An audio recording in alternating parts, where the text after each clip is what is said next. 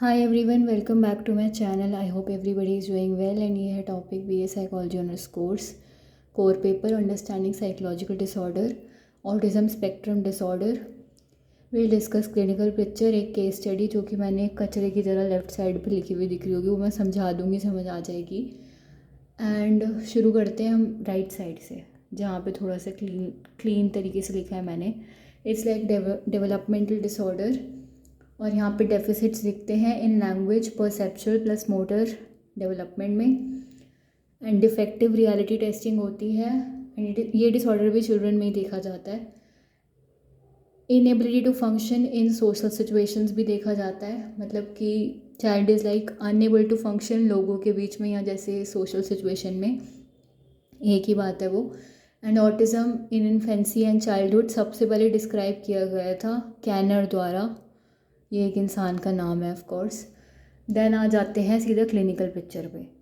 Clinical picture detail में हम next video में डिस्कस करेंगे। इसमें हम मेन देख रहे हैं और हेडिंग्स देख रहे हैं बेसिकली, कि ये बारे में हम पढ़ेंगे। तो क्लिनिकल पिक्चर में अलग अलग तरीके की इम्पेयरमेंट्स और कैपेबिलिटीज़ में डेफिसिट देखने को मिलते हैं, कमी देखने को मिलता है, लैक और शॉर्टेज जिसे हम कहते हैं। Child seems apart and aloof from others, ये मेन एक कार्डिनल और टिपिकल साइन एंड सिम्टम है इस डिसऑर्डर का, कि बच्चा तुम्हें अलग, थोड़ा सा एक कहते हैं ना सेपरेटेड और दूर दिखेगा दूसरे लोगों से, और लाइफ के शुरू के स्टेजेस में ही।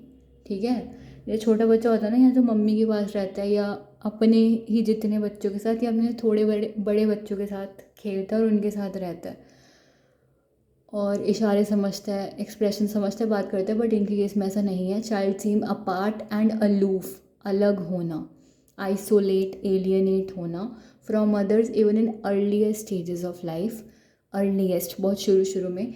And mother remember such babies as what, they are like never being cuddly, never reaching out when being picked up, and never smiling और लुकिंग एट देम और their mother while being fed. मतलब जब इनको इनकी mummy खाना खिला रही होती है उस टाइम पे भी they are like unable to see, अपनी मम्मी को कभी हंसते हुए भी नहीं देखते हैं टाइप्स, और कभी उनकी तरफ भी नहीं देखते हैं। नेवर अपीयरिंग टू नोटिस कि घर में कौन आ जा रहा है, और coming and going of other people around them. ठीक है, यहाँ पे हम मेन किस चीज़ों के बारे में पढ़ेंगे और कहाँ कहाँ पे दिक्कत देखने को मिलती है। 5 मेन चीज़ें हैं जो कि बहुत अच्छे से मैंने लिखी हैं, दिख रही होंगी। First is social deficit, then absence of speech, जहाँ पे हम इकोलेलिया के बारे में पढ़ेंगे।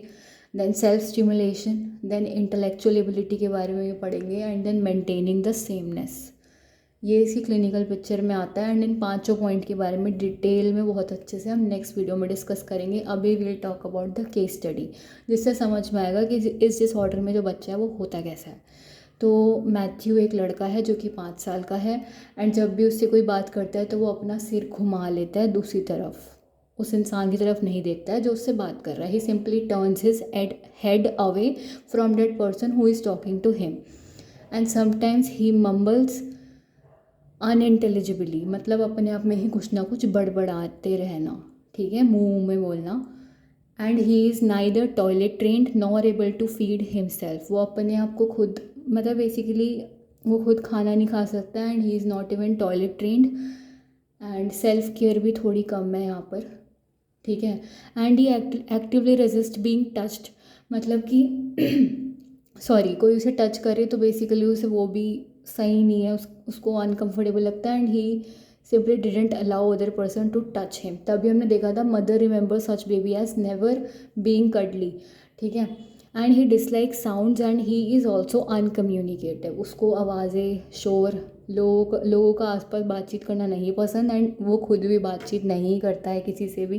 ही is uncommunicative. Then he can not relate to others and avoid looking anyone in the eye, वो दूसरों से रिलेट नहीं कर पाता है। एंड वो दूसरों से avoid looking anyone in the eye tells us कि he is like unable to make eye contact with other people, जो कि ऑटिज्म स्पेक्ट्रम डिसऑर्डर के अंदर मेन साइन एंड सिम्टम देखा जाता है, कि तुम सामने वाले के साथ आई कॉन्टैक्ट नहीं मेंटेन कर पा रहे हो, नहीं बना पा रहे हो। Then he often engage in routine manipulative activity, वो बार बार एक ही चीज़ रिपीट करता जा रहा है, रूटीन में वो रोज़ यही कर रहा है, मैनिपुलेटिव एक्टिविटी है। एंड वो एक्टिविटी क्या है, he simply drops an object, then he pick it up again, and then he drops it again, then he pick it up again. ये वो लगातार करता जा रहा है, करता जा रहा है, simple. And he shows pathological need for sameness, उसके अंदर पैथोलॉजिकल नीड फॉर सेमनेस दिख रहा है।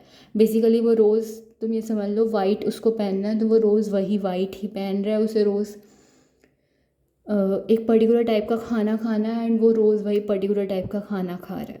He is not like normal individual जो बोर हो जाएगा, जिसको लगेगा कि भाई कितना खा लिया, अब तो टेस्ट इसका मतलब बहुत इरिटेट कर रहा है, अब चेंज करो डिश को। नहीं, वो रोज़ सेम तरीके के कपड़े पहन रहा है। अगर उसको कोई चीज़ ऐसी लग गई कि हाँ मुझे रोज़ यही पहनना है तो, और रोज़ यही चीज़ खानी है पर्टिकुलर टाइम पे, पर्टिकुलर चीज़ है, तो वो रोज़ उसी को ही खा रहा है। ठीक है, pathological need for sameness. And while seated often rock back and fourth in a rhythmic motion for hours. Okay, ये थोड़ा सा ज़्यादा ही कॉम्प्लिकेटेड हो गया। And avoid background voices. Basically जब वो बैठा हुआ है तो वो अपने आप ही फालतू में आगे पीछे, back and fourth is backward forward, आगे पीछे वो हिलता जा रहा है, हिलता जा रहा है रिदमिक मोशन में घंटों तक। ठीक है, कॉन्स्टेंटली। देन मैंने साइड में करके लिखा है, वहाँ पे जगह नहीं थी। कोई भी अगर तुम उसके रूटीन में चेंजेस करने की कोशिश करोगे ना, तो वो उसके लिए हाईली अपसेटिंग है। वो चीज़ उसके लिए, उसको नाराज़ करेगी, उसको प्रॉब्लमेटिक लगेगी, उसे अच्छा नहीं लगेगा सिंपली। ठीक है, एंड उसको मतलब बेसिकली वो खुश नहीं है उस चीज़ से। अगर तुम उसके रूटीन में कुछ भी चेंजेस लाने की कोशिश कर रहे हो कि नहीं आज तू ये कपड़े मत पहन, बहुत दिन हो गए, बहुत मैला हो चुका है या धोना है, और इतने दिन एक कपड़ा लाइक नहीं चलता करके, या फिर आज ये मत खा, कुछ और खा ले, ट्राई समथिंग न्यू। नहीं, या फिर ये एक्टिविटी मत करो और बैक बैक एंड फोर्थ मत हिल घंटों तक ऐसे एक ही पोजीशन में। ठीक है, या फिर इस ऑब्जेक्ट को बार बार फेंक के मत उठाओ, मत उठाओ। नहीं मानते ये बच्चे।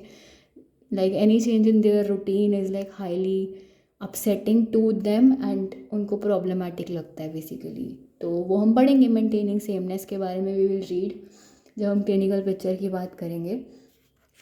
अभी के लिए इतना ही। आई होप समझ में आ गया होगा। कुछ भी समझ में नहीं आए तो मुझसे बेझिझक पूछने का कष्ट उठाएं।